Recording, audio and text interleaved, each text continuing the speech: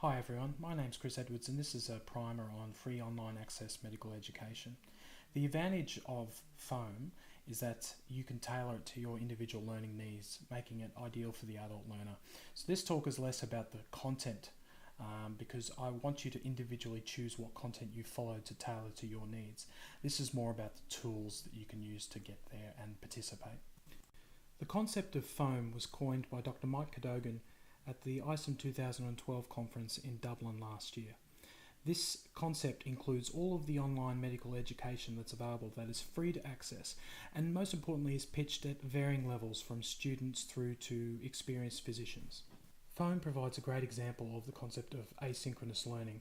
This is a student-centered learning approach whereby the student chooses what to study, when to study it, and who to study it from. This is really important for the time-poor clinician who needs to choose how to effectively use their time.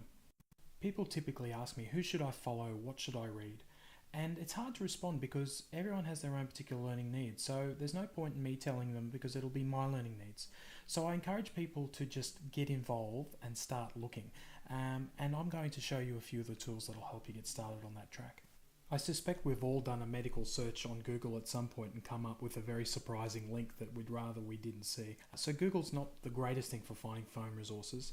emgoogle.com is an emergency medicine foam search engine you can use, but I've got some better tools to show you in the next couple of slides. Blogs are a great way to get started and it can often help you find further resources that you're interested in. They're run by motivated people, usually posting on a particular field or a particular topic of interest, and encompass video and audio and text to help guide you in your learning. It can be quite time consuming trying to visit all these blog sites, so you can actually use what's called an RSS feed. Most blog sites have them. And what you do is you take an RSS aggregator or feeder program that takes all these feeds and all the updates from the different blog sites and puts them all into one format for you to read. Google Reader is a great example of this. Twitter, you might be surprised, is a great tool for accessing foam. It's great for having live discussions and interactions with other people about medical education.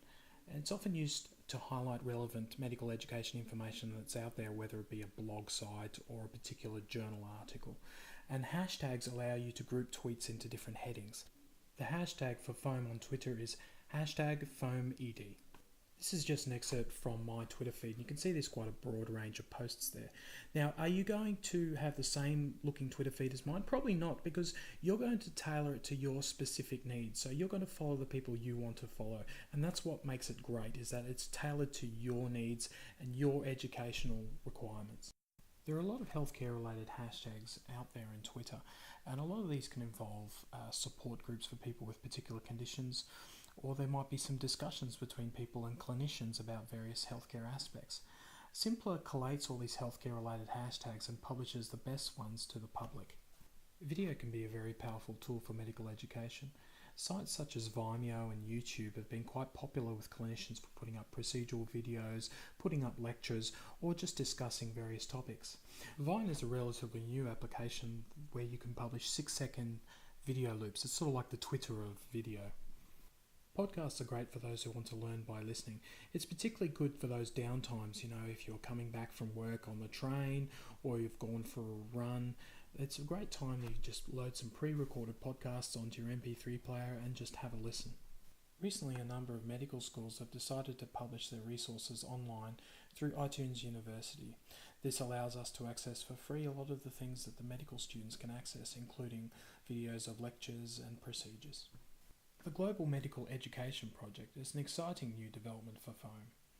GMap actually collates a lot of the information available in social media, as well as provide a safe community for clinicians to interact, share media, discuss questions, and there's a nice competitive element too. You can actually answer questions and earn points for your particular university. So I encourage anyone from the University of Queensland to, of course, sign up immediately and start earning points. LinkedIn has often been described as the professional version of Facebook. It's really important to get on there and make your profile, because in this age of digital fraud, if you don't get on there and make it, someone else might. Try and keep it accurate and up to date, because future employers will be looking at this information. Foam isn't medicine 101. You can't do all of your learning using foam.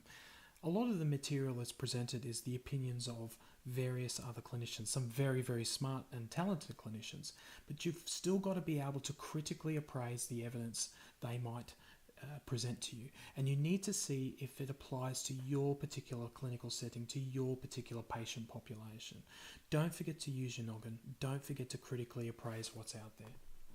So some of you are probably ready to dive into the foam, and that's great, but a couple of things about behaviour.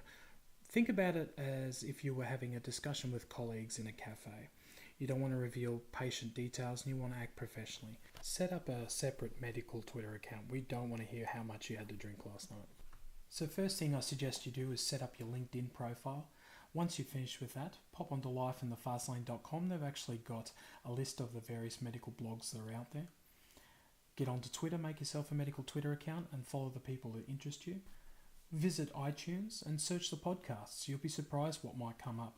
You'll find a lot of that information there useful. And of course, ask the students, because a lot of them are probably using this already. Sydney will be hosting the inaugural Social Media and Critical Care Conference this March. There will be live tweeting throughout the conference, so if you can't attend, make sure you follow the conference's hashtag and join in on the conversation. It's going to be a blast. I hope you enjoyed this presentation, that you take something away from it. I urge you to join the foam community. It doesn't matter what level you are, it doesn't matter what field you're in. Your life experiences, your clinical experiences, when you bring them to foam, you enrich the foam community all the more. So good luck, and look me up on Twitter if you want and send me a message. Cheers.